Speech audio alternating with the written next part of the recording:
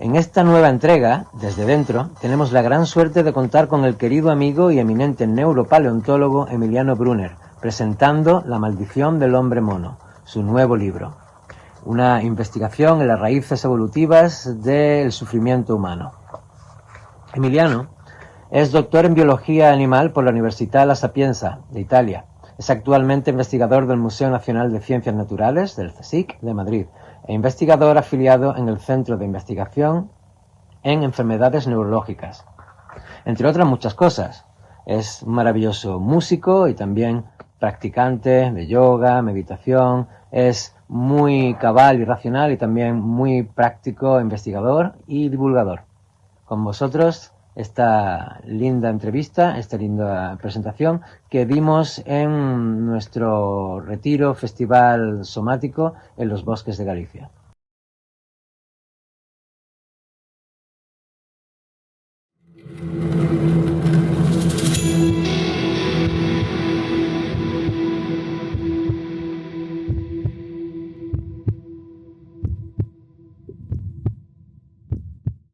Emiliano, querido amigo, aquí estamos.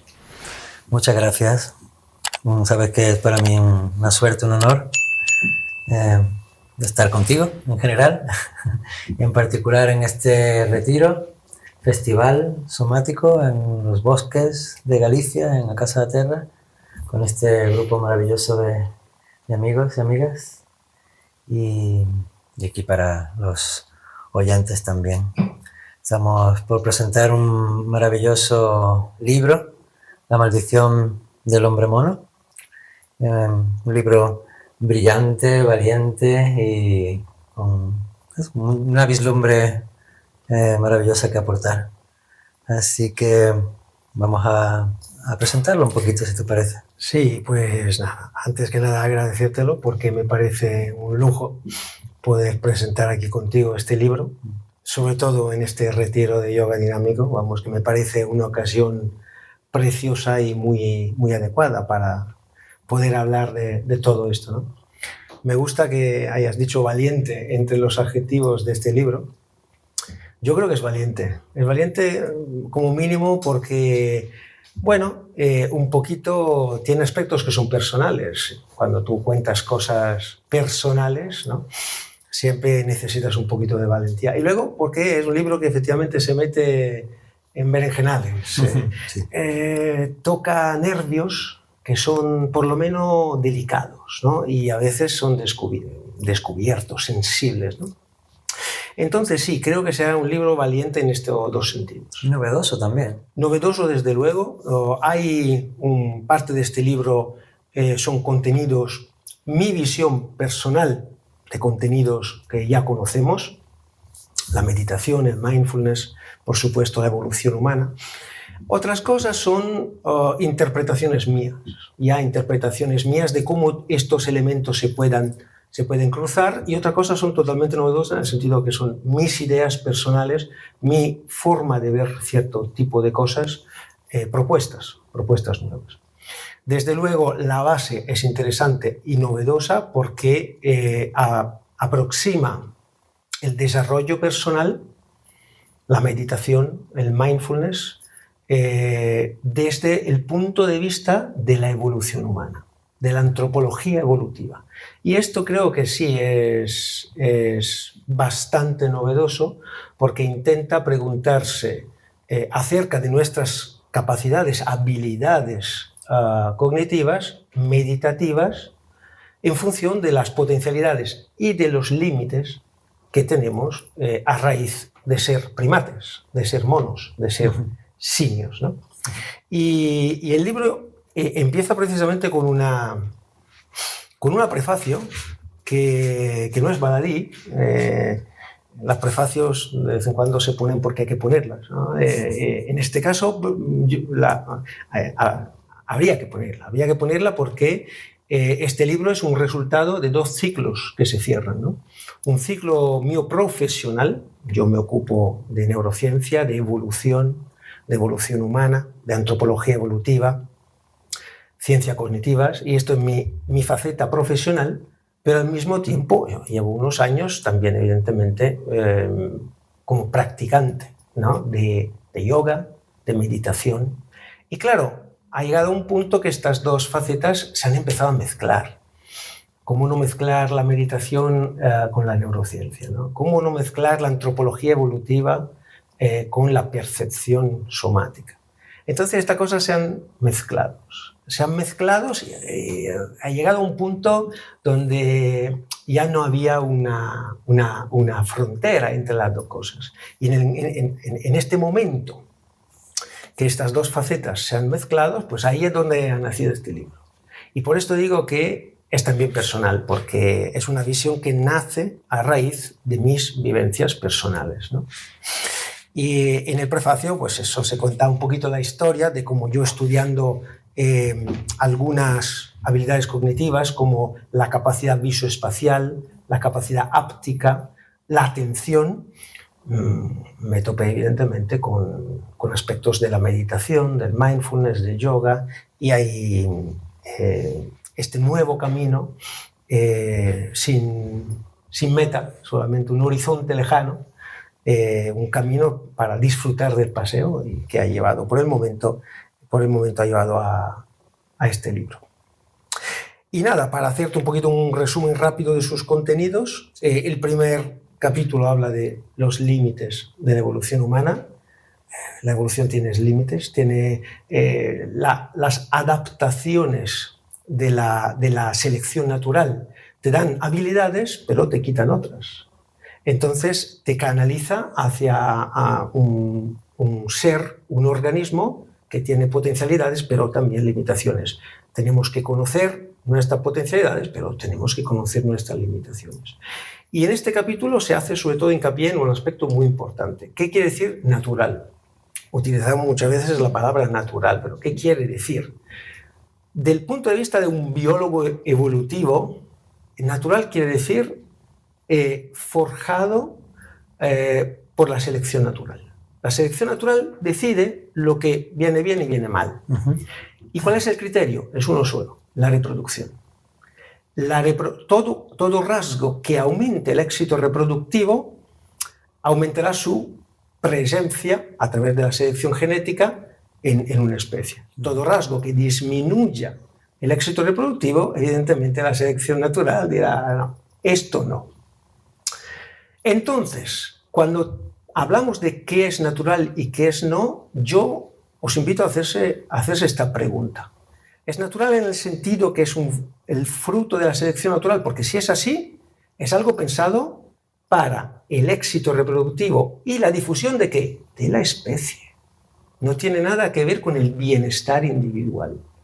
Incluso hay muchos rasgos, y hablo mucho de ello en este capítulo, donde aspectos que promueven el éxito reproductivo y la difusión de la especie pueden llegar a perjudicar el bienestar individual.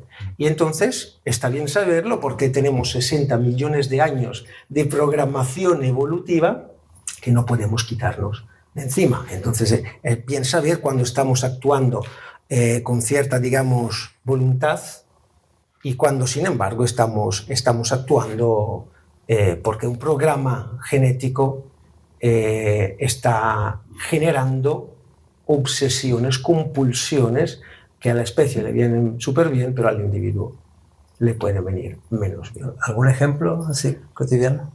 Algún ejemplo, por ejemplo, en los capítulos siguientes hablo mucho de las relaciones sociales. Las relaciones sociales, somos primates sociales, pensamos a nivel social, sentimos a nivel social. Lo que es muy importante es la reproducción del grupo y entonces tenemos características que nos llevan a priorizar el grupo o sí. Y muchas veces priorizar el grupo sí o sí a nivel emocional, por ejemplo, nos lleva a hundirnos terriblemente, ¿no? A incluso ir en contra de nuestros propios valores. Y esto es un caso patente en que la evolución dice, bien, tienes que seguir el rebaño y tal y cual. Pero como que generamos una individualidad, y me gustaría mucho hablar de esto contigo más tarde, claro, ahí se pueden crear conflictos entre lo que está bien para el éxito de una especie y lo que está bien para el bienestar de un individuo. El segundo capítulo va a la habilidad clave, la atención. Es ahí precisamente como yo he llegado a la meditación, al mindfulness, estudiando la evolución de la atención. Se habla mucho de inteligencia, de tantas habilidades cognitivas que nos hacen poderosos y tal y cual. Pero muchas veces se olvida que hay un cuello de botella que se llama atención. Si es poca, no se va a ningún lado. Es inútil que tú tengas una habilidad cognitiva increíble a nivel matemático, mnemónico o social si no eres capaz de sostenerla por más de 5 segundos. Entonces, la atención es un factor clave, un factor limitante. Si es poca, todo el resto va a ser poco. Y ahí es donde precisamente puede estar la clave para interpretar la relación entre nosotros y la selección natural.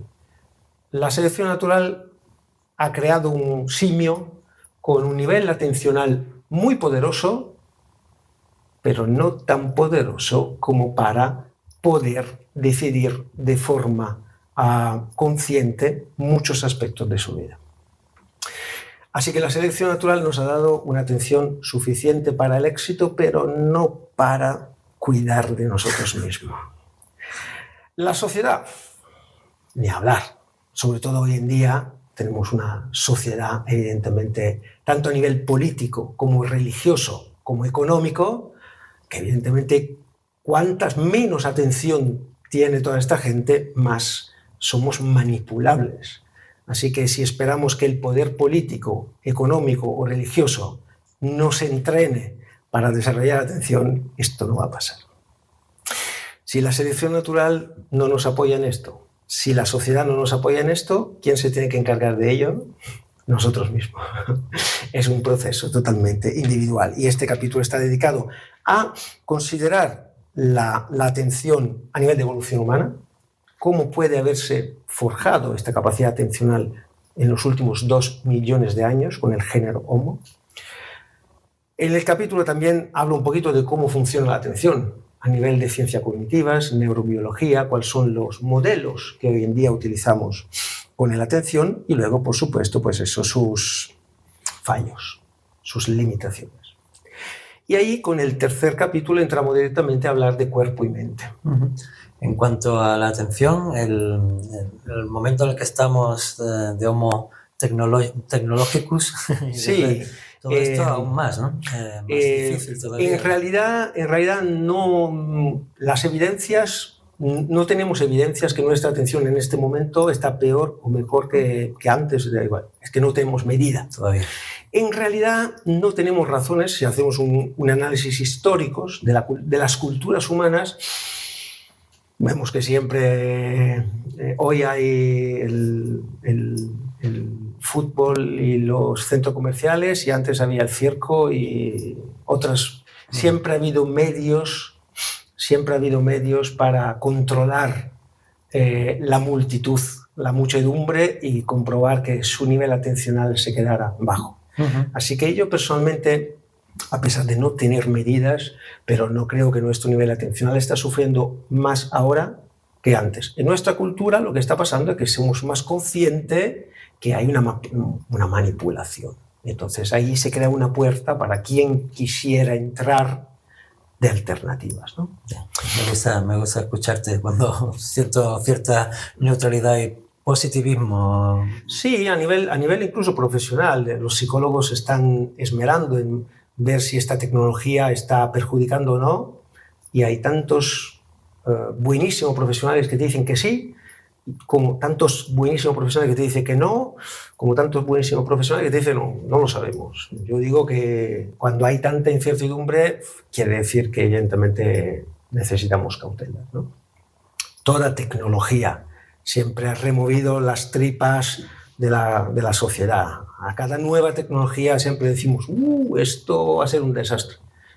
Y luego generalmente no pasa, lo cual no quiere decir que antes o después no pueda pasar. Entonces, el tercer capítulo habla de cuerpo y mente. ¿Por qué? Porque yo desde muchísimo tiempo, desde casi 20 años, soy uno de un punto de vista antropológico y sobre todo neurobiológico, apoyo un conjunto de teorías relativamente nuevas por lo que atañe nuestra cultura, que proponen un salto de paradigma sobre la aproximación a la mente como proceso cognitivo. Muchas veces mente se limita a los pensamientos. No, mente como proceso cognitivo. Todo lo que llega y sale. Pensamientos, emociones, sensaciones, todo. El conjunto cognitivo. Entonces, siempre hemos visto la mente como un producto del cerebro. El cerebro secreta algo, suda, una cosa que llamamos mente. Esto, para mí y para muchas personas, es un pelín reduccionista, un pelín excesivamente reduccionista. Entonces hay este conjunto de teorías alternativas que en general se etiquetan con el nombre de mente extendida, teoría de la mente extendida o de la extensión cognitiva, que propone otra cosa. Propone que la mente sea un proceso, no un producto, un proceso. Y este proceso, que lo podemos interpretar como un flujo de información, se da en una interconexión entre cerebro, cuerpo y ambiente. Cerebro fundamental, cuerpo fundamental, ambiente fundamental. ¿Quién dice ambiente? Incluye la cultura, la tecnología, las herramientas. Entonces esto es un cambio de paradigma, porque entonces este proceso no atañe solamente nuestro sistema nervioso central, lo que está en la cabeza. Yo suelo decir que un cerebro puede estar en una caja de 1.300 centímetros cúbicos. Una mente probablemente no. Porque esta mente es un flujo de este sistema nervioso central que llamamos cerebro, un microprocesador, pero también nuestro cuerpo no es una cáscara pasiva, no, es parte integrante activa del proceso cognitivo, y el ambiente, la tecnología. La tecnología son elementos extrasomáticos que nosotros utilizamos para delegar funciones. Delegamos funciones cognitivas, funciones perceptivas, así que nuestros móviles se vuelven como parte integrante de esta mente.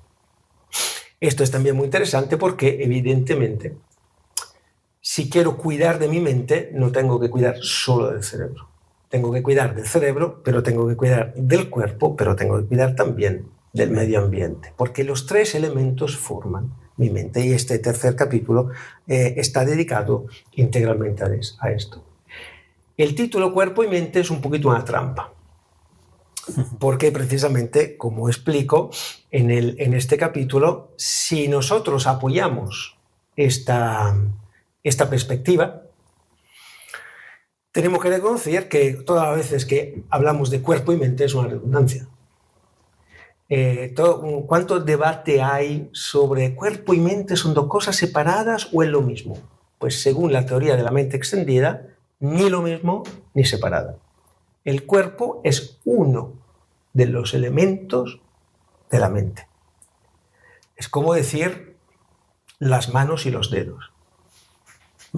No se dice manos y dedos, porque los dedos son parte de la mano. De hecho, sin dedos no hay mano. Pero no hay mano sin dedos. Es decir, en el momento que pierdes los dedos, pierdes toda la funcionalidad de la mano.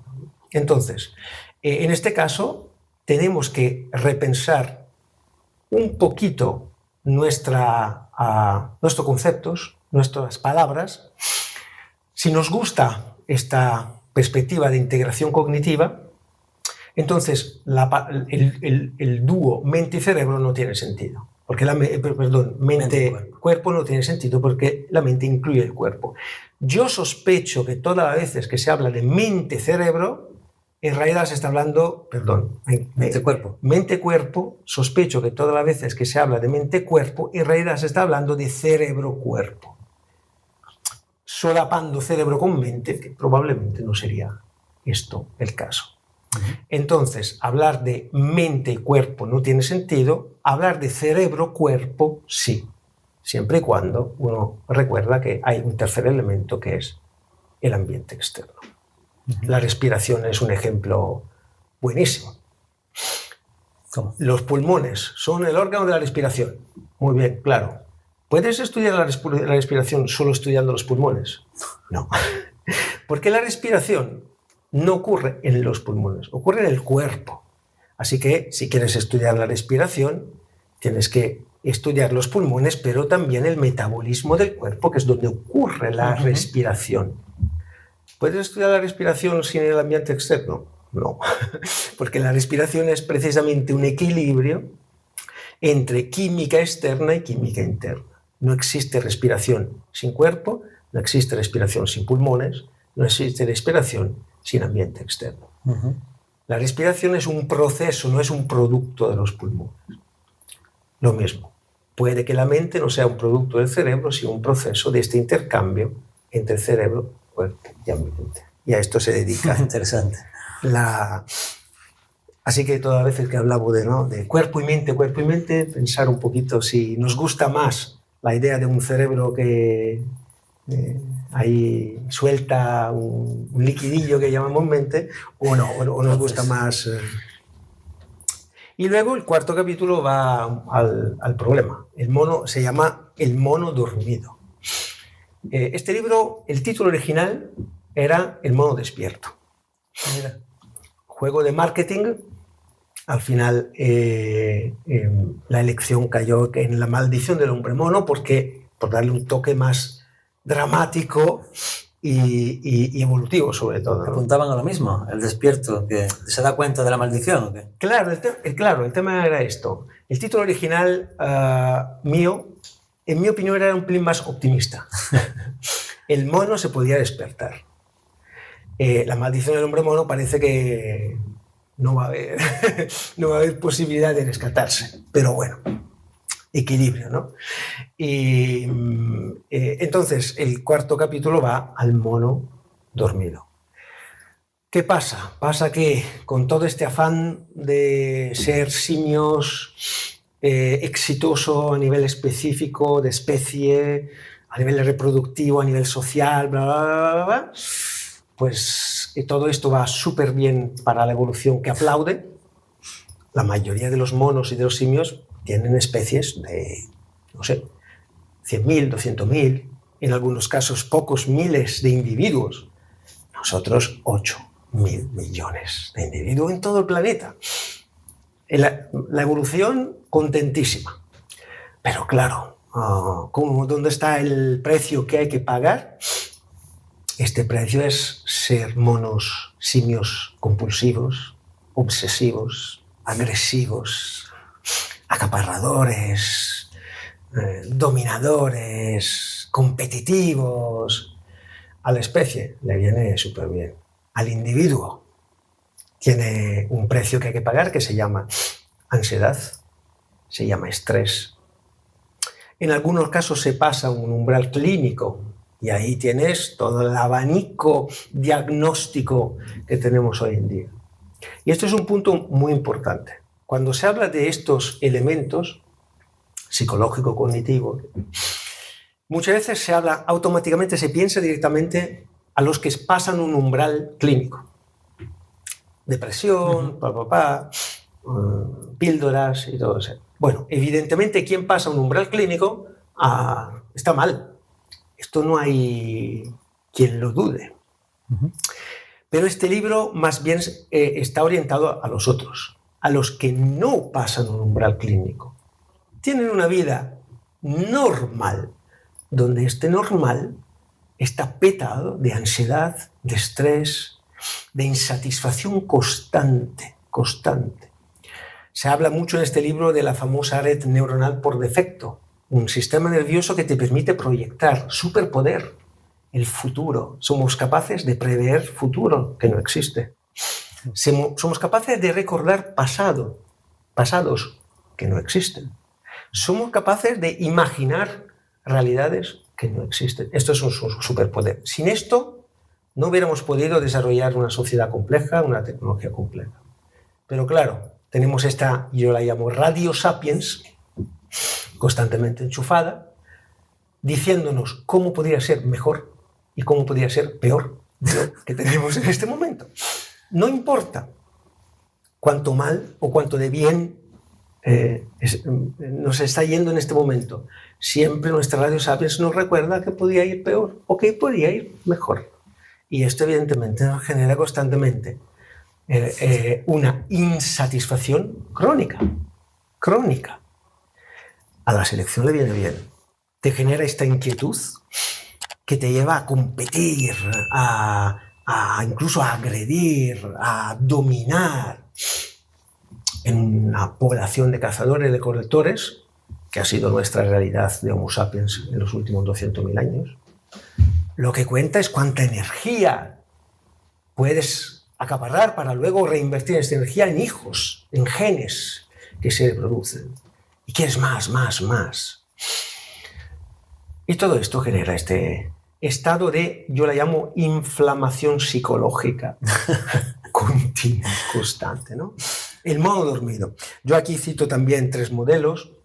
El modelo de flujo de Mihaly Csikszentmihalyi, este psicólogo que dijo, cuando tú estás en una tarea demasiado complicada para lo que es tu habilidad, te estresas, entras en ansiedad. Si estás en una tarea demasiado fácil, te aburres. Lo suyo es encontrar aquel equilibrio entre habilidad y dificultad que te hace sentir activo, vivo, te da una inquietud positiva y esto se transforma en una bioquímica de bienestar, el famoso estado de flujo. ¿Qué pasa? Que la mayoría de nosotros, Csikszentmihalyi dedicó muchos años a hacer sus cálculos, la mayoría de nosotros pasa la mayoría de su vida entre aburrimiento y ansiedad, aburrimiento, ansiedad. Entonces ahí es muy fácil, o sea, esto es cosa tuya. Tú sabrás si quieres modular la dificultad de tu tarea o tu habilidad, desarrollar un poquito más tu habilidad para regular esta condición. Si no quieres pasar la vida en aburrimiento y en ansiedad. Hablo también del modelo de confort de Pema Chodron, que habla de este modelo de confort donde tú estás bien, pero no tienes ningún reto, ningún impulso. Te acostumbras a esta situación de confort que se hace cada día más pequeña. Y al final es como una jaula que te reduce tu potencialidad de vida. Y finalmente hablo del modelo de un modelo yo creo que es muy interesante, es de Christophe André, el psiquiatra, que analiza nuestra vida o nuestras acciones o nuestra forma de estar momentánea a través de 2 variables, la fuerza y la tensión. Entonces, claro, el opuesto de la fuerza es la fragilidad, el opuesto de la tensión es la calma. Así que tú tienes 4 posibilidades. Puedes estar con fuerza y calma y es el estado optimal. O con fuerza y tensión y vas a tener estrés. O con tensión y calma y vas a tener agotamiento. Y vas a tener apatía, un estado apático. O tensión, calma y tensión te genera un estado de agotamiento. Perdón, debilidad y tensión, un estado de agotamiento. Debilidad y calma te genera un estado de apatía. Entonces, apatía, mal. Agotamiento, mal. Estrés, mal. Un estado optimal es fuerza y calma. ¿Quién está encargado de generar estos 2 niveles? Que son psicológicos, pero también bioquímicos, fisiológicos. Puedes adquirir hábitos, costumbres que regulan tu bioquímica anímica. ¿Quién está encargado de decidir en cuál cuadrante estar? Eres tú. Si estás en un estado de estrés, de agotamiento o de apatía, pregúntate, ¿por qué has acabado ahí? Eso requiere... ¿Qué quieres hacer para cambiar de situación? Pero claro, para saber hacer esto hay que entrenarse en una cosa que nuestra sociedad no nos ha entrenado a hacer, que es saber observar. Adquirir un estado de relajación, de desapego, de presencia y distancia de nuestra situación.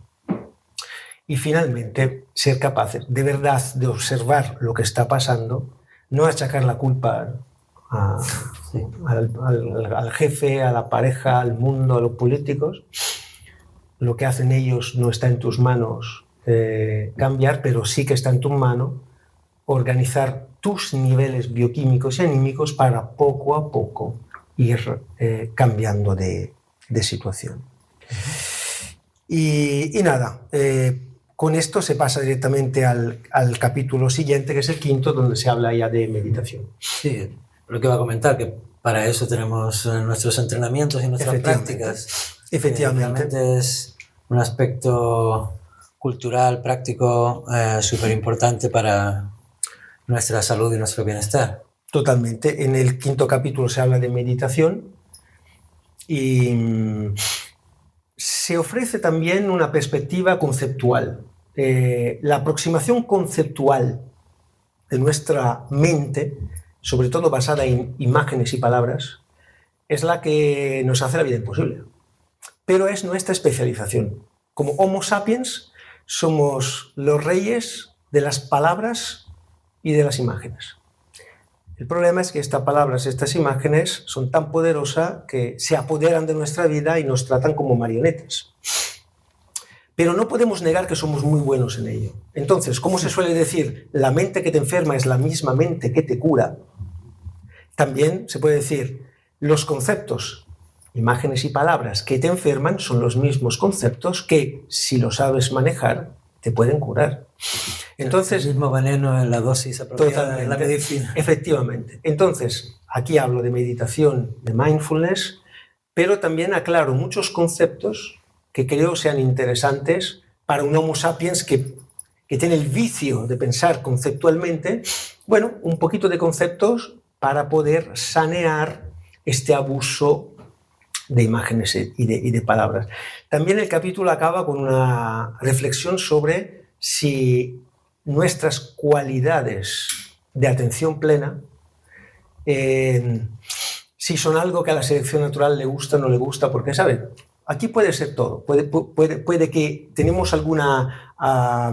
se habla muchas veces de mindfulness disposicional, el que tú llevas por tu carácter, por tu... Entonces ahí hay características de la atención sostenida, sin juicios, ¿no? Voluntaria, intencional. Entonces en este capítulo me pregunto también, estas características, capacidades que tenemos, ¿nos vienen de la evolución o a la evolución le estorban? Y valoro todas las posibilidades. Valoro la posibilidad que la selección natural haya apoyado ese tipo de capacidades porque le viene bien para controlar un poquito el descontrol general, o si son neutras, si son habilidades que no impactan en el éxito reproductivo, emergen, surgen por complejidad cognitiva y a la selección natural le da igual, o al revés, si a la selección natural incluso le estorban. Que seas demasiado consciente, demasiado desapegado de tus vaivenes emocionales, igual esto podría tener un efecto negativo en el éxito reproductivo, y esto no es una casualidad, que nuestros modelos de mindfulness son monjes que en teoría tienen un éxito reproductivo igual a 0, en teoría, ¿no?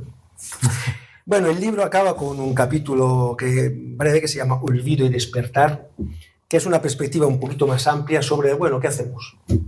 ¿Qué hacemos como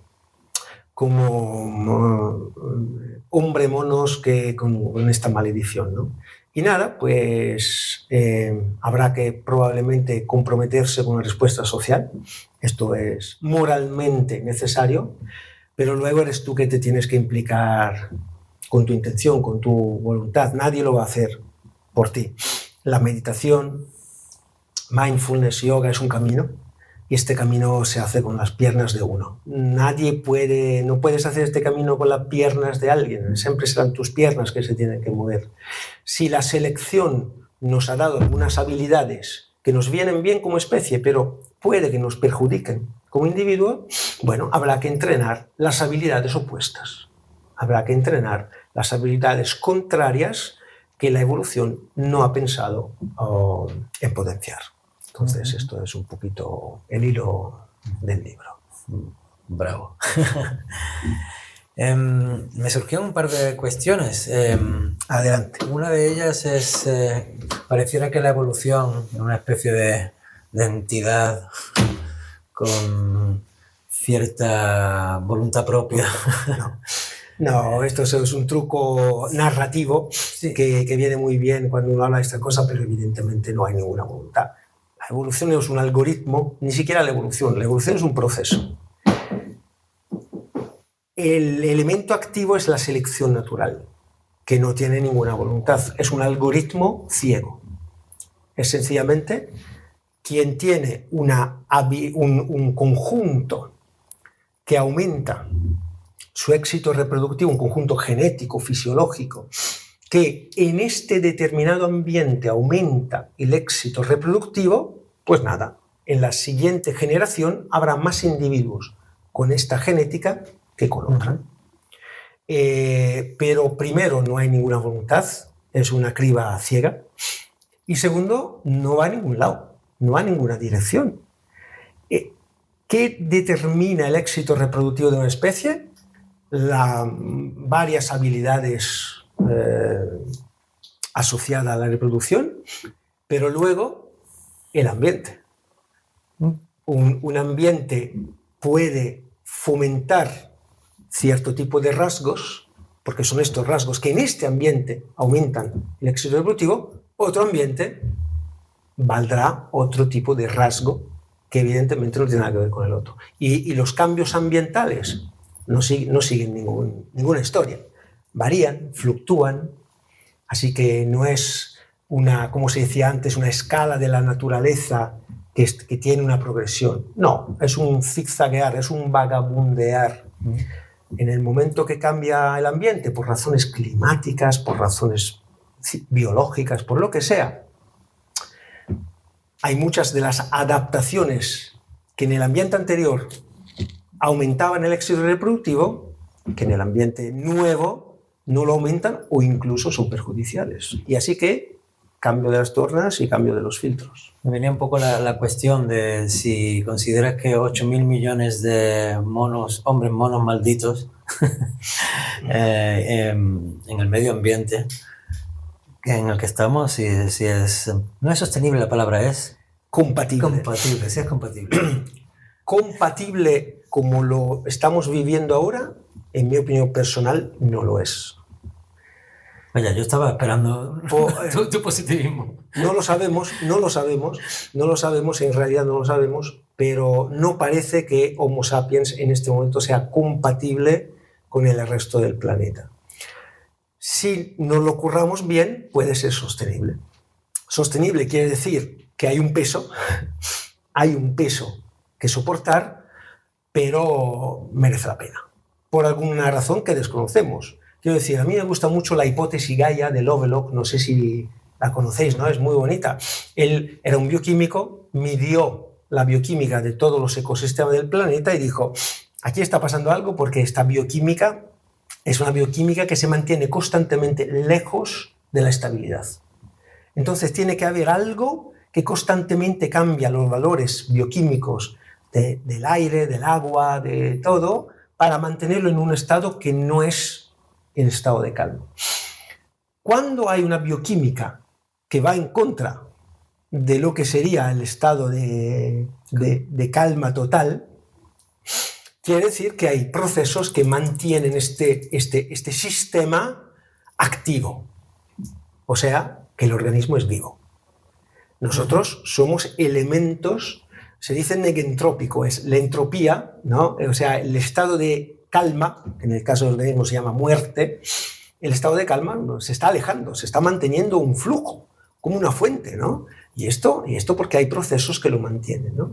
Por eso decimos somos vivos. Entonces Lovelock dijo, pues, ostras, entonces aquí el planeta está vivo. Quizás el planeta es un animal gigante y nosotros somos células, tejidos de este planeta. La hipótesis Gaia se puede interpretar según un abanico de grados. Hay quien la toma literalmente. Este es un animal y nosotros somos sus células. Bueno, hay quien la toma de forma más suave.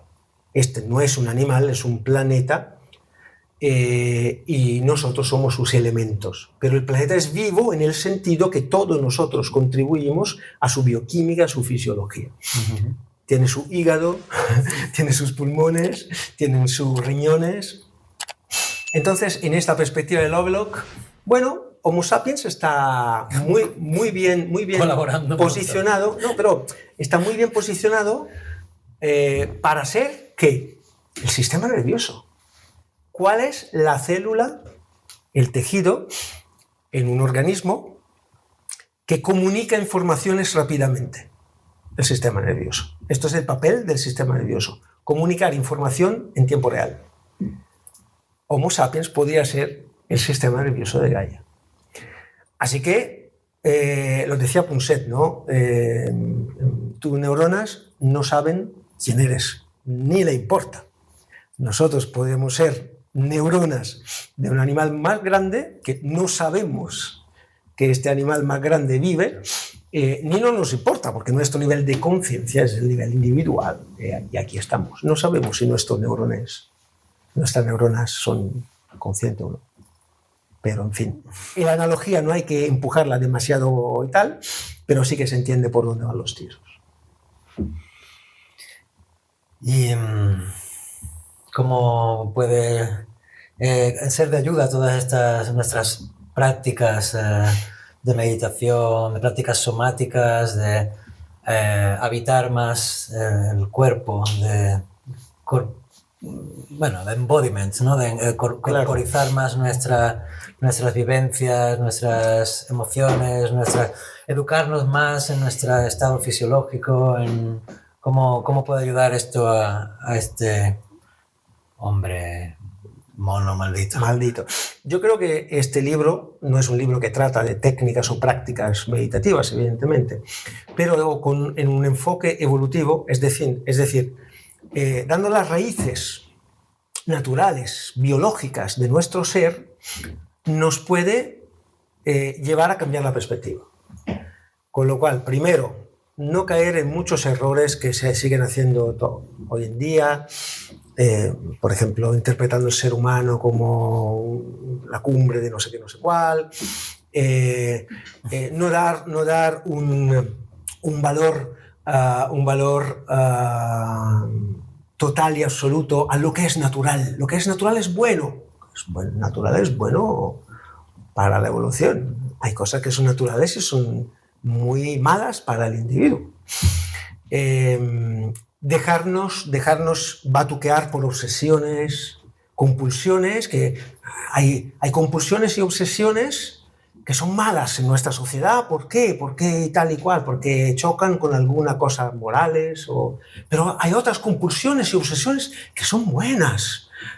No. Las obsesiones y las compulsiones suelen ser todas malas, en el sentido que si tú eres esclavo de obsesiones y compulsiones, siempre vas a ser una marioneta, automática, que no va a poder tener un peso en el desarrollo personal de tu vida.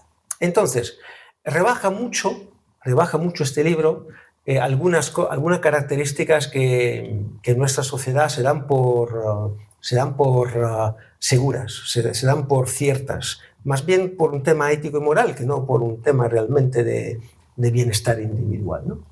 Entonces, hay muchos aspectos de este libro y yo espero que puedan hacer reflexionar sobre tu individuo como unidad evolutiva, ecológica, y entonces ya te sientas en el cojín con una perspectiva diferente, habiéndote, esperemos, quitado de encima mitos, leyendas urbanas sobre el gran Homo sapiens que yo creo que sí que pesan mucho a la hora de buscar tu propio camino. Y luego hay cosas que son muy concretas. La mente extendida, lo hemos hablado. Siempre hemos pensado que la mente nace de aquí, ¿no? Y esto, fíjate, por dos razones. Primero, somos primates. Todos los primates tienen la percepción totalmente sesgada y abusada por la visión. O sea, en los primates la visión es lo más importante. Pensamos con los ojos, de verdad, o sea, vivimos con los ojos. Si no lo veo, no me lo creo. Y todas estas cosas. Entonces, ¿los ojos dónde están? Los ojos están aquí. Con lo cual, tenemos la sensación de que la mente esté detrás de esto. Os aseguro que si nos hubiéramos evolucionado con los ojos en las rodillas, pensaremos que nuestra mente viene del menisco. Entonces, primera razón, ¿por qué tenemos los ojos aquí? Pero es una cosa que, insisto, no tiene nada que ver con el pensar. Y segundo, porque desde el siglo XIX, pues eso, han visto que el cerebro funcionaba como un ordenador potentísimo y claro, para un pájaro de un tiro, los ojos están aquí, el cerebro está aquí y todo está aquí. Pues no, si uno decide tanto que fijaros, hoy en día cuando presentas el tema de la mente extendida, por ahí, incluso en un sistema académico de neurociencia, la gente reacciona de forma muy agresiva. ¿Qué estás diciendo? ¿Que el cerebro no lo hace todo solo? ¿Cómo te permites? Oye, tú, ¿quién eres? Y tal, igual. Hay cierta agresión, ¿eh? La gente se siente, dice, joder, yo creo en esto desde hace siglos. Y no me puedes decir tú ahora que esto no es verdad. Y te dicen, esto de la mente extendida no está comprobado. Y yo suelo contestar, sí, es verdad, no está comprobado. Pero tampoco que el cerebro lo hace todo solo está comprobado. Pero a la teoría que el cerebro lo hace todo solo, no se le pide ninguna prueba. Porque, hombre, damos todo por hecho que es así, nos gusta pensar que es así, y no vamos a pedir ninguna comprobación. La teoría de la mente extendida me ofende y te voy a pedir que la compruebes, ¿no?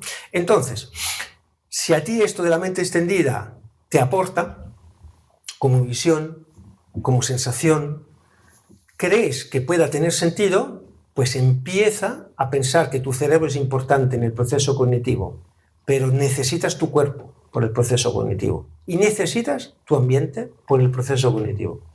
Que sea un ambiente químico, el aire, o un ambiente social, los demás, o que sea un ambiente tecnológico, tu móvil o tu calculadora o tus gafas.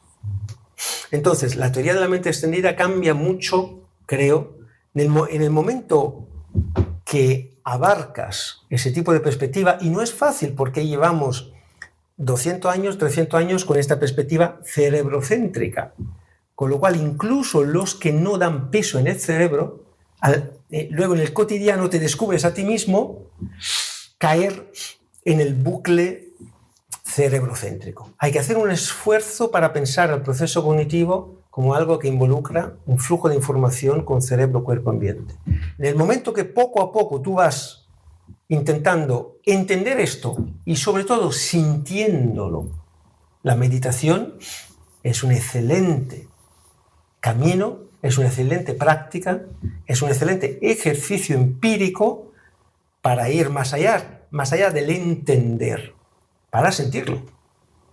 Entonces tú puedes buscar en tu meditación de sentir este proceso como un flujo de información entre cerebro, cuerpo y ambiente.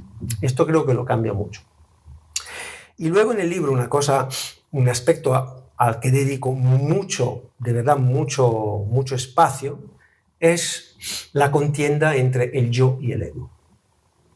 Hay una parte, en la última parte del libro, yo evidentemente, todo esto sabemos, el budismo ha aportado mucho a esta visión. Esto no se puede negar. Vamos, en la tradición filosófica que se lo ha currado más. Pero, por ejemplo, yo en el libro presento también, lo digo porque en el libro evidentemente las bases budistas se ve, se nota, se percibe. Pero hay muchos aspectos en que, sin embargo, mi perspectiva discrepa mucho del, llamámoslo, formalismo ortodoxo budista. Y, por ejemplo, un aspecto importante es el aspecto del yo. En el budismo, como también en la ciencia, muchas veces pasa una cosa. Se habla frecuentemente de yo y de conciencia. Pues yo no sé por qué nadie se molesta en dar una definición. Y esto a mí me parece una carencia. Porque bien reconozcamos que definir el yo y definir la conciencia es muy difícil. Pero si tú no das una definición cualquiera, pobre, chunga, tuya, personal y subjetiva, si no das una definición, no vamos a saber de qué estamos hablando. Si tú empiezas a hablar del yo o de la conciencia sin haber dicho, cuando yo digo la palabra conciencia, me estoy refiriendo a. Si tú no haces esta premisa, lo que yo voy a pensar como oyente es otra cosa, porque tu definición de conciencia no es la misma que la mía. Entonces, el mensaje se pierde. Ya es algo complicado y complejo. Además, tu interpretación no es igual que la mía. Ahí se crea un batiburrillo todo, donde todo el mundo dice de todo. Se puede decir de todo y todo lo contrario, porque es tan amplio que cabe espacio por cualquier tipo de posibilidad. ¿Y qué va a pasar? Va a pasar que vamos a hablar de esto 10 años, 20 años, 100 años, 500 años y no llegamos en ningún lado, porque no hemos aclarado de qué estamos hablando. Entonces, mi primera propuesta en el libro es, por favor, quien se mete en el berenjenal de hablar del yo y de la conciencia, por lo menos nos diga él qué entiende por yo o por conciencia, porque si no, no vamos a poder comunicarnos. Esta es la primera propuesta y es revolucionaria, porque yo he leído tropecientos libros, tanto de meditación, budismo, como de ciencia cognitiva, y la gente se mete en esto sin haber dado una definición. Yo creo que esto sea un problema. Segundo, yo presento mi propia perspectiva sobre lo que es el yo, la conciencia y el ego. Entonces, en el budismo muchas veces se dice el yo no existe. Bueno, atención, cuando no se da una definición de yo, la mayoría de las veces, esto es así, en el sentido que os invito a leer los libros y ver lo que hay por ahí, si no se da una definición del yo, la mayoría de las veces, yo y ego acaban usándose como sinónimo. Una pena. Tenemos dos palabras con raíces profundas en la filosofía, en la historia, en la etimología, pues utilizarlo como sinónimo, primero, es una pena, vamos a perder poder de comunicar, y segundo, vas a confundir las cosas. Pero podemos abrir los libros de por ahí y ver qué es lo que pasa muchísimas veces. Me atrevo a decir la mayoría de las veces. Entonces, aparte de una definición, separar yo y ego. Muchas veces se lee que en el budismo y también en otro tipo de filosofía, el yo no existe porque, primero, no tiene una frontera clara y segundo, porque cambia constantemente. A mí esto me falta una pieza. ¿A ti quién te ha dicho que no puede existir un yo que no tiene una frontera clara y que cambia constantemente? Un yo que está totalmente integrado en el resto y que constantemente esté cambiando. Así que yo propongo un yo. Yo he trabajado mucho con la que se llama teoría de sistemas. Redes, análisis de redes. En el análisis de redes hay nodos conectados por relaciones. Estos nodos se puede aplicar a las carreteras y a los trenes o a la electricidad. Los nodos pueden ser ciudades y las conexiones son las carreteras, ¿no? Bueno, pues ahí tenemos una ciudad. Hoy en día sabemos perfectamente, primero, que las ciudades, llamamos a esta ciudad con este nombre por una razón legal, pero ninguna ciudad vive de su propio metabolismo. Una ciudad vive porque entran y salen cosas constantemente. Si tú pones una ciudad en una burbuja, a los 5 días la ciudad está muerta. Una ciudad vive porque hay un flujo constante. No existe una frontera funcional, estructural en una ciudad. Y tampoco es estable. Si haces unas fotos hoy, dentro de una semana, la ciudad ha cambiado. Y dentro de un año, y dentro de 10 años, y dentro de un siglo, ni te digo. Así que las ciudades no tienen fronteras funcionales ni estructurales ciertas, es un continuo con todo el resto del tejido social y cambian constantemente. Hombre, esto no impide localizar una ciudad con un nombre que tiene un valor funcional y estructural. Porque ahí dentro pasan cosas con más frecuencia de lo que pasan en otras situaciones. Entonces, con esta aproximación a la teoría de redes, podemos imaginar un yo totalmente interconectado y dependiente del resto, que cambia constantemente, pero que tiene una identidad. ¿Cuál puede ser esta identidad? La misma conciencia.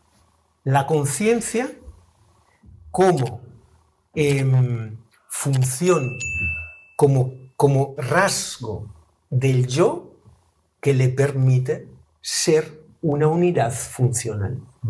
El yo como unidad consciente, unidad funcional consciente. No existe sin todo el sistema. Hay un flujo constante de energía, y de energía y de materia con el resto del sistema. Cambia constantemente, pero tiene una característica que es la conciencia que caracteriza la unidad. El ego es más fácil. El ego ya coincidimos todos en todo lo que se ve por ahí. El ego es un protagonista. Yo, gracias a mi red neuronal por defecto, que me permite proyectar, saltos de tiempo, viaje en el tiempo, futuro, pasado. Futuro, pasado, nosotros somos buenísimos en esto, somos los mejores animales que han hecho esto. Podemos proyectar futuro y pasado muchísimo en el tiempo y en la cantidad de detalles. ¿Y esto qué crea? Pues que crea una película. ¿Y quién es el protagonista de la película? Es un señor que se llama Ego, que es un protagonista que yo me creo, que es el protagonista de esta historia, que tiene deseos, rechazos, tiene conflictos, tiene insatisfacción, tiene dolor, tiene todas estas cosas. Y poco a poco, a lo largo de la película, se va caracterizando. Sabemos que la mayoría de las veces, si no todas, si esta caracterización no se cuida, llega un momento que el personaje va a dar problemas. ¿Qué pasa? Este ego se solapa con el yo, le tapa. En el libro digo, lo cierra. Anquilosa, ¿no? Lo cierra en una torre, la famosa torre de marfil, ¿no? Lo cierra en la torre y pone los dragones del miedo y del deseo a controlar que el yo no salga. Claro, entonces ahí tenemos, el ego sí que cree ser una unidad aislada de los demás, aislada del ambiente, se lo cree de verdad. El ego sí que cree ser un personaje que siempre es el mismo y no se cree que hay cambios, que tal, tiene sus seguridades, tal y cual. Pero claro, es una proyección chunga. Entonces, aquí tenemos dos elementos. Un yo, unidad cognitiva consciente, unidad cognitiva consciente, interconectada con todo el resto y cambiante. Y un protagonista que se solapa y que piensa ser un elemento aislado, independiente del resto y con sus características que no cambian. Ahí está, tenemos dos construcciones, dos conceptos que podemos utilizar para, a través de nuestra práctica meditativa y del yoga, porque no olvidemos que todo lo que es meditación es parte de una visión más general que se llama yoga. Ahí podemos investigar. Investigar dónde está el personaje, investigar dónde está el yo, descubrir que puede existir un yo. Este yo tiene conexiones y cambia constantemente. Me resuena un montón desde mi experiencia, mi entendimiento. En otros términos como que en este ámbito de la indagación meditativa, somática y tal, términos comunes como el ser, en contraste al yo o al ego, o la conciencia como más transpersonal, más universal, ¿eso lo considerarías? En el libro no lo considero, y yo no lo considero sencillamente porque no son elementos que hoy en día creo que podemos pasar por la herramienta conceptual. Es decir, no son elementos que creo. El ser,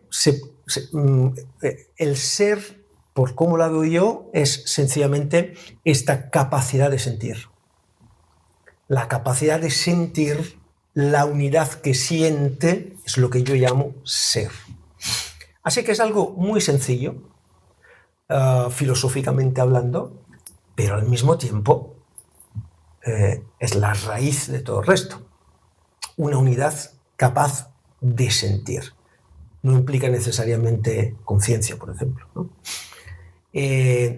Si vamos más allá del individuo, ahí es un espacio que sencillamente nosotros, con nuestra capacidad cognitiva, no podemos valorar.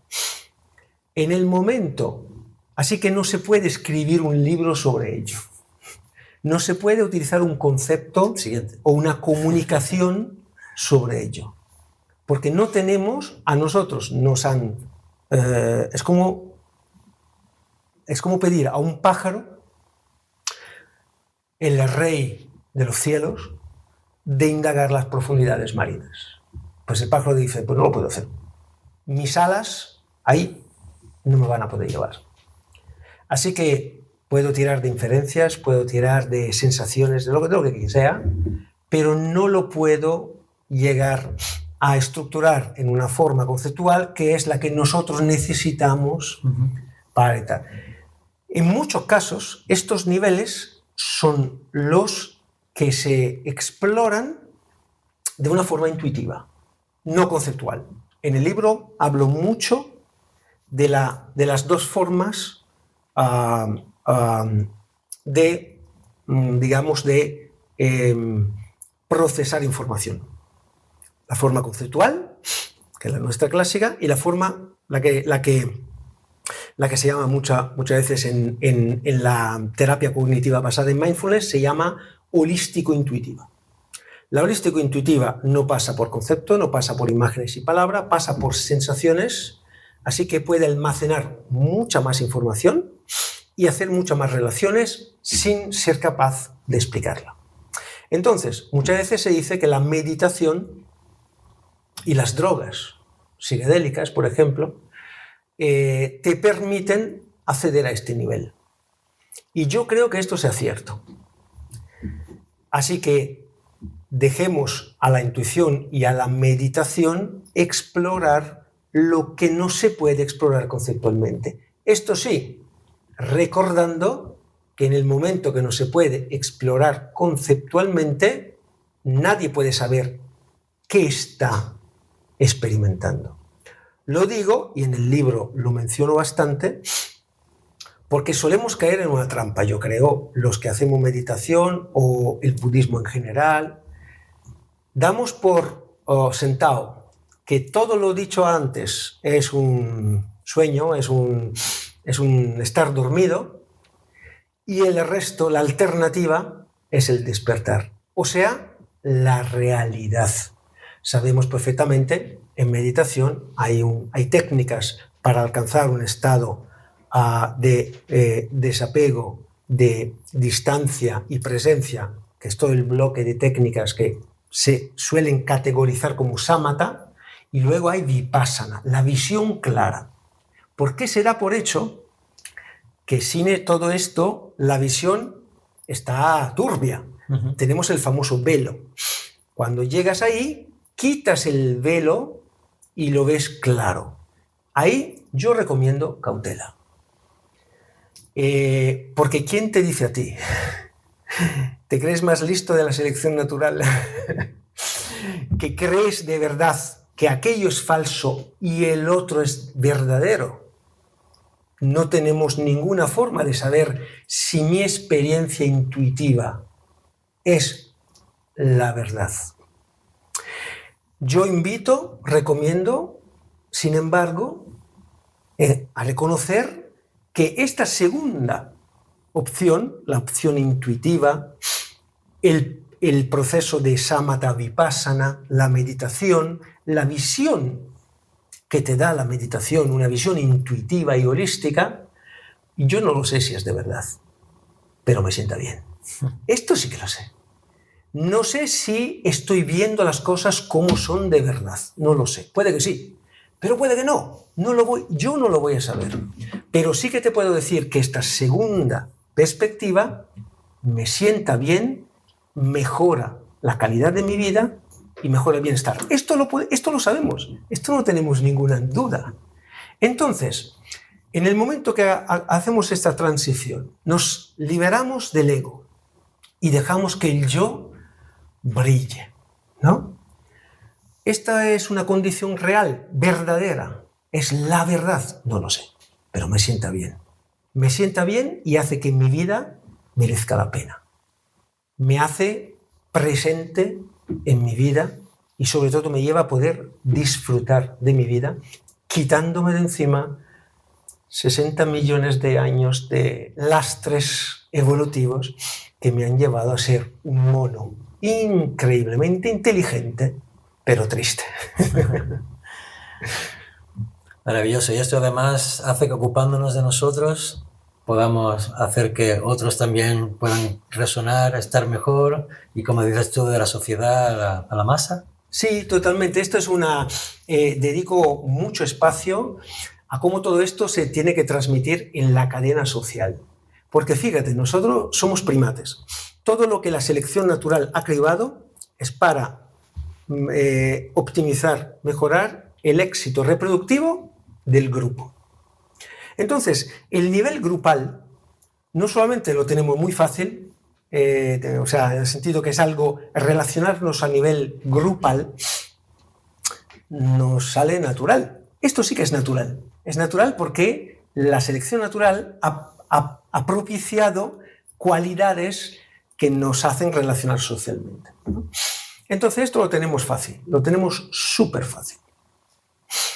¿Qué pasa? Que a un cierto punto, probablemente yo apuesto por un nivel de complejidad cognitiva creciente, los primates somos los únicos cuyo tamaño cerebral es proporcional al tamaño del grupo social. En las especies, cuanto más grande el cerebro, más grande el grupo social. Con lo cual, se entiende que ahí ha habido una pulsión, una presión selectiva para generar mayor complejidad social a raíz de una mayor complejidad cognitiva.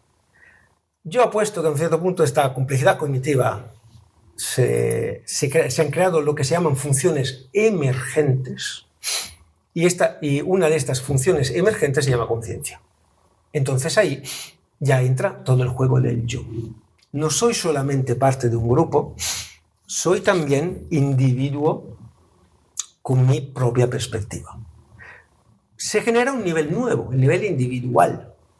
Hablamos de poquísimo tiempo, probablemente entre 50 y 80 mil años.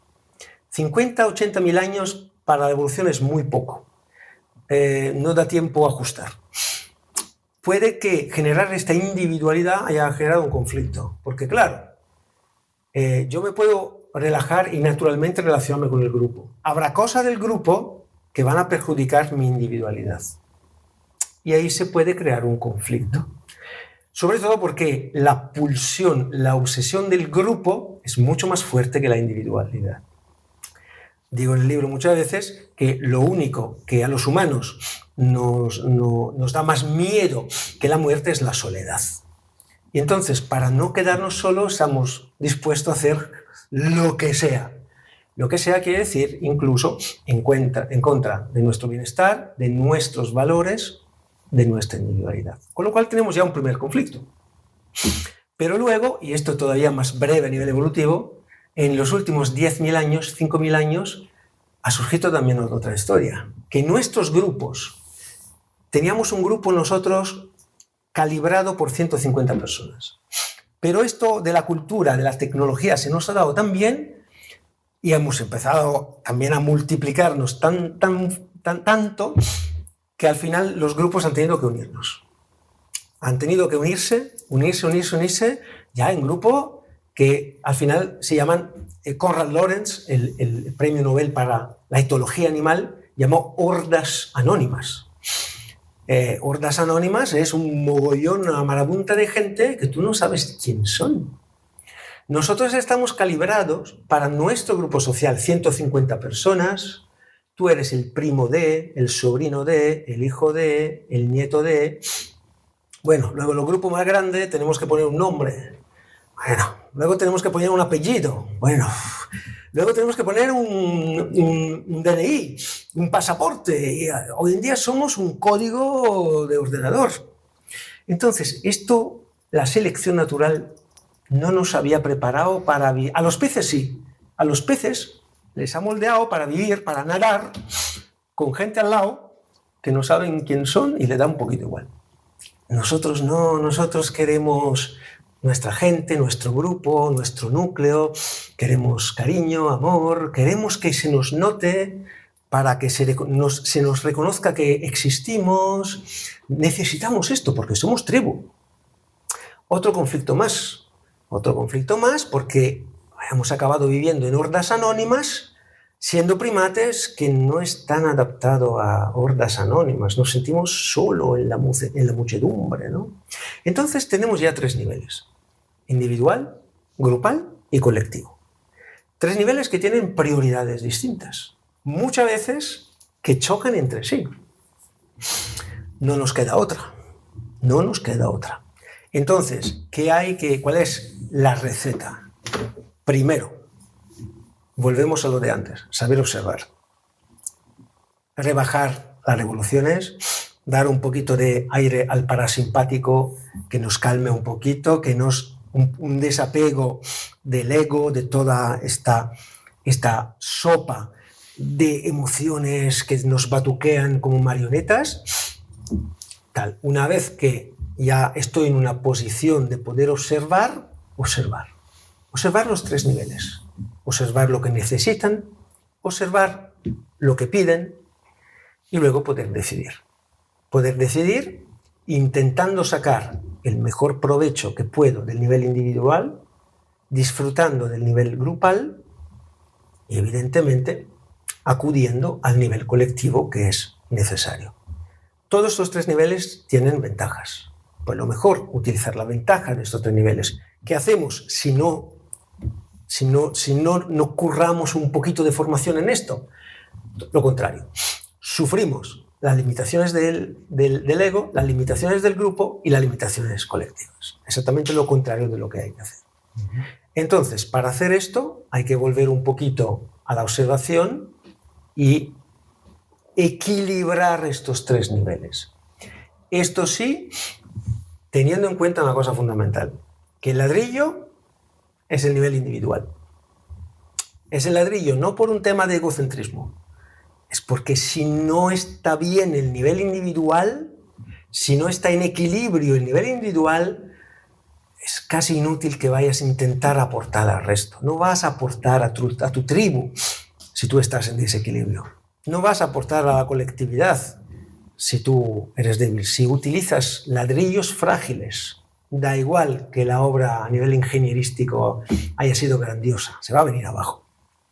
Así que, primariamente, evidentemente, formarse para desarrollar el nivel individual. Lo vuelvo a decir, la selección natural no se ha currado este aspecto, la sociedad no lo va a hacer, el único que puede dedicarse a ello eres tú mismo. Ocuparnos de nuestro sentido de bienestar totalmente interno.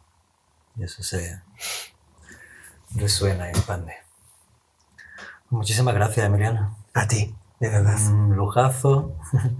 Y muchas gracias por tu trabajo. Es inspirador y refuerza todas nuestras prácticas también. Y espero que muchas personas puedan beneficiarse de tu trabajo, de tu libro y de las prácticas que ayudan también a nuestro bienestar. Es un libro muy heterogéneo. Yo espero que cada uno pueda picar por ahí cosas que le puedan venir bien en su desarrollo personal en general y, ¿por qué no?, en su práctica meditativa y en su interpretación de lo que quiere decir llevar a cabo el yoga en su vida cotidiana. Gracias.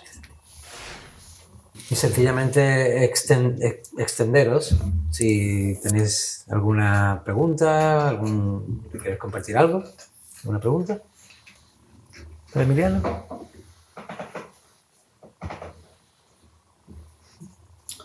El otro día, hablando con unos amigos, ellos consideraban que el comportamiento del ser humano es eminentemente por culpa de la sociedad. O sea, la sociedad le condiciona a prácticamente todos sus comportamientos. También en relación a las clases sociales. Si estás en una clase social, tu comportamiento es más derivado hacia algo determinado. Y yo aporté que a mí me da que seguramente hay un comportamiento, o sea, el comportamiento está muy condicionado por la parte biológica, por la parte evolutiva, por la parte... ¿Tú qué consideras que condiciona más o es equilibrado? Sí, bueno, esto no he hablado de esto, pero en el libro sí que trato este tema bastante. Bueno, primero, decir que el comportamiento humano está sesgado por la sociedad. Esto quiere decir que, o sea, como lo decías, parecía que lo malo del humano es culpa de la sociedad, como si la sociedad no fuese un producto del humano, ¿entiendes? En fin. Yo en el libro separo estos tres niveles. O sea, cada uno tiene que ser consciente cuanto posible, esto tiene que ser claro, no vamos a quitarnos de encima todo esto. Aquí lo que se trata es rebajar los tres niveles que caracterizan tu ego. Primero, el nivel evolutivo. Recuérdate que tu organismo ha sido seleccionado a lo largo de 60 millones de años por una fuerza, llamémosla, que ha primado tu éxito reproductivo, nada más. Le da igual si eres guapo, fuerte, rápido o inteligente. Si no te reproduces más, da igual que sea inteligente o tonto, guapo o feo. De hecho, las que se reproducen más son las cucarachas, que son ni inteligentes ni guapa. ¿Sabes? Sí. Así que muchas veces se oye, no, ¿por qué el más fuerte? ¿Más fuerte qué es? El más fuerte es un tonto que no consigue reproducirse, no va a ningún lado. No, porque se prima ¿cómo se dice? La supervivencia. Pues da igual, la supervivencia no es nada. Si vives 1000 años, pero no te reproduces, no pesa. Así que no, hay solo un único criterio que es el éxito reproductivo. Eres un saco reproductivo con piernas y ojos. Punto. Esto ha sido el criterio que ha primado la evolución. Recuérdatelo. Y este criterio no tiene nada que ver con el bienestar individual o con tu desarrollo personal. Punto número 1, recuérdate que eres un primate. Recuérdate que eres un simio y que vienes con todo el programa evolutivo de los simios. 2, recuérdate que eres un individuo con tus vivencias. Y las vivencias cargan. Cicatrices. Piedras en la mochila y tal y cual. Esto no tiene nada que ver con la evolución. Esto es tu vida que te ha llevado a acumular cosas. Y tú sabrás cuánto y cómo quieres llevar esta mochila, cuánto te duelen estas heridas o cómo te has enfrentado a tus problemas. El nivel individual. Tercero, nivel social. Nuestro cerebro piensa para y por el grupo. Siempre. Para y por el grupo. Estás como hipnotizado para pensar para y por el grupo. El grupo tiene expectativas, exigencias, que son pesadas, que muchas veces son absurdas. Hay un libro buenísimo de Eric Fromm que se llama La patología de la normalidad. El grupo quiere que cumplas con el grupo y a callar. ¿sabes? Así que tu pulsión, tu obsesión hacia el grupo te lleva de verdad a hacer una situación constante de conflicto contigo mismo terrible. Entonces, tú tienes las expectativas, digamos, el peso de la evolución, el peso de tu individualidad y el peso del grupo. No pesa uno más que el otro. También porque no son separados. Yo te los separo así para hablar de categorías, pero se influyen la una con la otra, evidentemente, ¿no? ¿Por qué te has cargado de tus vivencias jodidas? Porque eres un puto primate que ha estado ahí con obsesiones naturales. ¿Y por qué el grupo es tan exigente contigo y te hace hacer cosas tontas? Hombre, porque el grupo mismo es el conjunto de vidas individuales jodidas que además vienen de una presión evolutiva. Es decir, yo te separo la evolución, la individualidad y el grupo porque te puede venir bien a la hora de ordenar tus amos y decidir cómo relacionarte con tus amos. Pero los tres amos están compinchados. ¿No?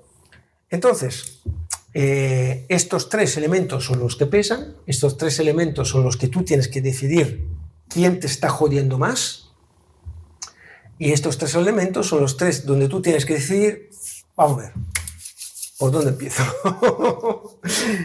¿Cuál es de estos tres, cuál es el nivel que tengo que me está haciendo más la vida imposible? Porque al final todos somos combinaciones distintas de estos tres elementos, ¿no? Habrá quien es muy sensible al juicio del grupo y, sin embargo, a niveles de cicatrices personales tiene menos. Y quien es una máquina reproductora lobotomizada por la selección natural y la expectativa del grupo le da igual. Cada uno somos una combinación distinta y tenemos que ser capaces de detectar de estos tres niveles si hay uno que nos está haciendo la vida imposible más que los otros. Me quería preguntar si el fin del grupo es la evolución, es la reproducción, perdón. Yo no creo que el hacer un grupo malsano, enfermo, con gente acaparadora, obsesiva, etcétera, etcétera, vaya a favorecer la reproducción, ¿no? Es más bien el amor lo que favorece la reproducción. Depende, todo... Creo que todas esas personas tan enfermas, lo que está haciendo ese grupo, al contrario, ¿no? Es generar todavía más enfermedad. Bien, te digo dos cosas que son importantes. Primero, lo vuelvo a decir porque pasa desapercibido y caemos siempre en la misma trampa. No estoy hablando de los enfermos. A ningún grupo le viene bien tener enfermos. No, pero obsesivos, acaparadores... Claro, esto no es enfermo. Esto no es enfermo. Ya, pero... Esto es que la persona está mal, pero no es enfermo. Enfermo es donde el malestar ya no es compatible ¿con qué? La convivencia. Con la convivencia, con la reproducción y con el trabajo. Darwin, Freud y Marx. Atención, estos tres lo han dicho claro. Darwin, Freud y Marx. Pero no lo han dicho entre líneas. Lo han dicho en nuestra sociedad, enfermo, y si no eres capaz de reproducirte, de relacionarte y de trabajar. Si tú aguantas y con tu aguante te reproduces, te relacionas y trabajas, estás mal. Es un problema tuyo, no es un problema del grupo. No estás enfermo. Estás enfermo solo si pasas un umbral de tolerancia que ya te impide estas tres cosas. Lo vuelvo a decir, todo esto no atañe a los enfermos, atañe a los que Kabat-Zinn llama la gente que tiene la catástrofe completa. Es decir, la vida normal. La vida normal, donde tu vida corre normal, tienes tus hijos, tu trabajo, te relacionas bien y mal con tus amigos, así que todo bien, no estás enfermo. Toleras, aguantas. Ya, qué pena que al final de tu vida te haces un poquito la cuenta y dices, pues qué me ha debido, ¿sabes? Estrés que se puede aguantar, ansiedad que se puede aguantar. Así que estoy hablando de esto, no estoy hablando de quien pasa el umbral. Entonces, en el grupo está muy bien tener este tipo de pulsión, competición. Esto genera agresividad, competición. Competición para quien acapara más, para quien gestiona más, para quien controla más. Y te digo también otra cosa. Esto para aclarar que enfermo es otra cosa, ¿vale? Segundo, aquí aquí no hace falta entrar en qué quiere decir yin y yang, ¿no? Es decir, hay un libro precioso. Conrad Lorenz era el padre de la etología humana, de la etología animal, ha ganado el premio Nobel. Hay un libro suyo muy bueno que se llama La decadencia de lo humano, donde él se publicó en el 86, a pesar de ser premio Nobel, a pesar de ser Conrad Lorenz, se publicó en el 86 y no se lo publicó, porque se mete, no es politically correct, no es socially correct, no es... dice la cosa como están. Y insisto, cuando uno toca nervios descubiertos, a la sociedad no le gusta. Entonces, decadencia de lo humano te explica cómo estas adaptaciones a competir, a almacenar, a tal y cual, a un grupo de 150 le vienen súper bien. A un grupo de 8.000 millones no le viene nada bien. Este afán estaba pensado para 150. A 8.000 millones le sale fatal, tanto a nivel individual como de especie. Dos, uno de sus mejores estudiantes, se llamaba Irenaeus Abel Eibesfeld, aplicó todo lo de la etología animal al ser humano. Y hay un libro que se llama Amor y Odio. Y es un libro buenísimo, Amor y Odio, que explica como mucha cosa de la cosa que hacemos sin darnos cuenta, tú y tu vecino, la hacemos porque tenemos una programación natural. No nos lo damos por normal. Es normal en el sentido que es un programa que tenemos todo, pero normal no es. Entonces, no hay amor sin odio. Necesitamos el grupo. El grupo es la unidad fundamental. Hay dos formas de crear grupo. Y esto te lo dice la antropología cultural, te lo dice incluso el neuromarketing. Hay dos formas de crear grupo. Primero, descubriendo y valorando lo que nos une. La otra forma es descubriendo y valorando lo que nos hace diferente de los otros.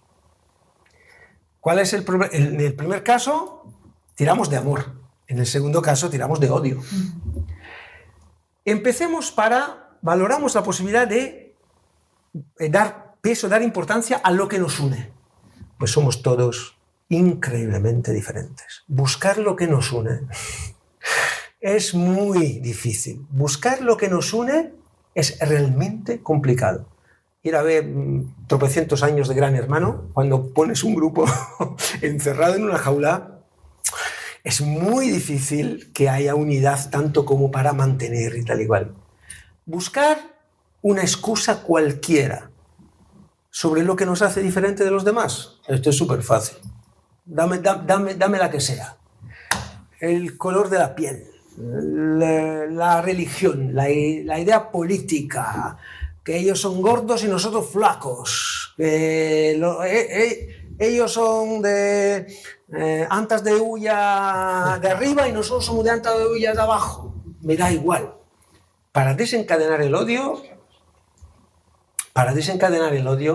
es mucho más fácil. ¿Qué ha pasado? Ha pasado lo que ha pasado, que en 100.000 años de Homo sapiens, para hacer grupo hemos tirado más del odio que del amor, hemos tirado más de la diferencia hacia los demás que de la cooperación entre nosotros. Cooperación entre nosotros, súper necesaria. La selección natural premia, es una forma de decir, premia los que tienen cooperación en su grupo, pero también premia los que matan a los que no son de su grupo. Yin y yang. Se necesita un equilibrio. Con grupillos de 150 personas se apaña. Pues un grupo de 8.000 millones y armas nucleares. Pinta mal.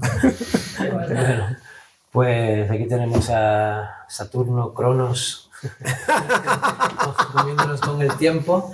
Así que vamos a ir concluyendo por aquí y recordándonos, pues eso, de ocuparnos, de seguir educándonos, practicando nuestro sentido de bienestar interno y desde ahí pudiendo no solo nutrirnos y beneficiarnos nosotros, sino ¿Puedo hacer también una pregunta? poder resonar y expandirse a los demás. Es que estamos sin tiempo ya. Muchas gracias. Gracias. Es